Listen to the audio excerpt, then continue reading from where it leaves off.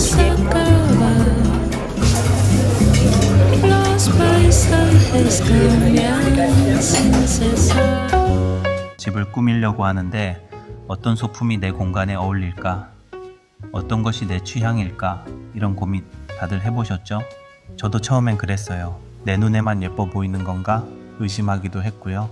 그런데 여러 공간을 보고 다양한 소품들을 선택해보면서 저도 모르게 반복해서 고르게 되는 것들이 있다는 걸 알게 됐어요.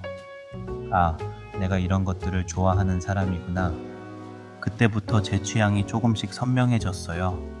그래서 오늘은 취향을 찾고 있는 분들을 위해 제가 어떻게 취향을 찾아갔는지 파리의 빈티지 마켓을 둘러보며 그 방법들을 함께 나눠보려고 해요.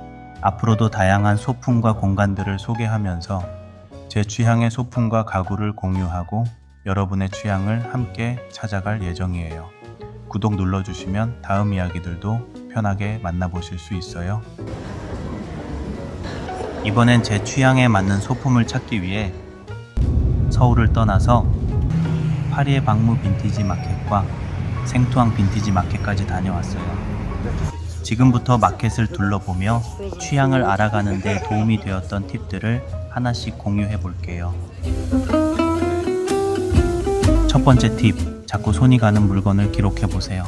저는 눈길이 가는 물건을 보면 사진으로 기록해 두는 편이에요. 몇 장만 모아도 내가 좋아하는 색감이나 분위기가 보이거든요.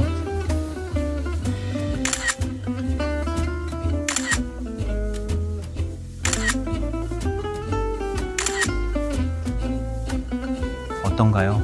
몇 장의 사진만 보아도 공통점이 보이지 않나요? 저는 파리의 빈티지 마켓에서 유독 금속 소재에 계속 시선이 갔어요. 금속 특유의 단단함이 느껴지면서도 섬세한 조형미 덕분에 클래식한 멋이 살아있었어요. 예를 들어 이 거울로 된 트레이는 처음엔 예뻐 보였지만 막상 만져보니 마감이 섬세하지 않았고 디테일에서 오는 깊이가 아쉬웠어요. 사실 저도 예전엔 이런 앤틱한 가구나 소품에 많이 끌렸어요. 하지만 이런 소품들은 강한 존재감 때문에 다른 물건들과 어울리기 어려운 경우가 많았죠. 그러다 어느 순간 심플한 디자인에 포인트만 더해진 편안하게 공간에 녹아드는 소품들이 더 오래 곁에 남는다는 걸 알게 됐어요. 그렇게 경험이 쌓이면서 저도 조금씩 지금의 취향으로 바뀌어온 것 같아요. 그래서 저는 취향은 처음부터 정해진 게 아니라 시간을 들여 천천히 변해가는 것이라고 생각해요. 두 번째 팁, 제품이 담고 있는 스토리를 상상해보세요. 저는 제품을 만들거나 셀렉할 때 디자인에 담긴 스토리와 의미를 중요하게 생각해요. 그래서 자연스럽게 빈티지 제품에 더 애정이 가는 것 같아요. 오래된 물건들은 그 자체로 시간과 손길이 담긴 이야기를 품고 있잖아요. 예를 들어 제품 뒷면을 보면 브랜드명이나 간단한 정보가 새겨진 것들이 있어요. 빈티지 접시도 마찬가지예요. 이 접시는 EPNS라는 각인이 있는 걸 보니 은도금 접시이고 호텔용으로 제작된 제품이었나 봐요. 이런 작은 단서로 제품의 스토리를 상상해 보게 돼요. 빈티지한 호텔에서 설레는 마음으로 이 실버 플레이트를 사용하던 사람의 모습을 떠올랐어요. 그렇게 바라보면 디자인만 보이던 물건이 그 안에 담긴 시간과 이야기가 느껴지는 오브제로 보이기 시작했어요.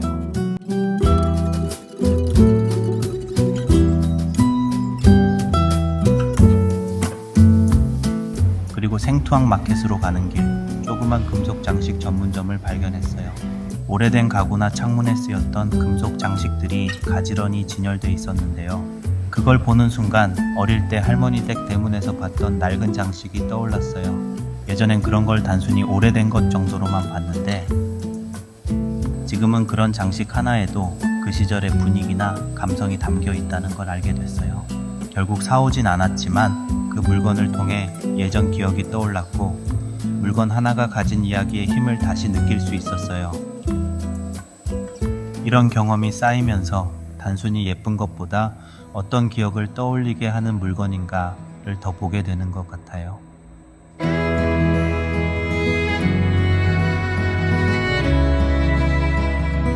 세 번째 팁은 직접 사용해보는 상상을 해보세요. 예뻐 보여도 막상 공간에 두면 어색할 수 있어요. 가능하면 직접 만져보고 사이즈도 고려해서 내 공간에 어떻게 어울릴지를 상상해 보세요. 예를 들어 이 빈티지 병에는 작은 꽃을 꽂거나 디퓨저를 넣어두면 좋겠다는 생각이 들었어요. 그리고 이 그림과 함께 매칭하면 빈티지한 무드가 더 살아날 것 같았어요.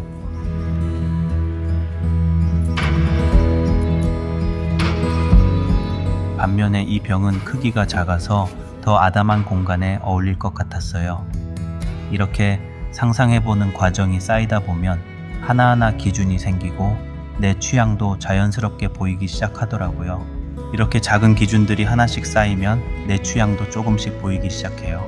이번 파리 빈티지 마켓 투어도 그런 과정을 반복하는 시간이었어요. 여러분도 오늘 팁을 참고해서 하나씩 기준을 만들어 보세요. 우리 모두에겐 취향이 아닌 순간은 있어도 취향이 없는 사람은 없어요. 그리고 고정 댓글에 제 취향으로 셀렉한 제품들 링크를 남겨두었어요. 이 기준들로 어떤 제품을 셀렉했는지 궁금하신 분들은 한번 들러보셔도 좋아요. 오늘도 시청해주셔서 감사합니다.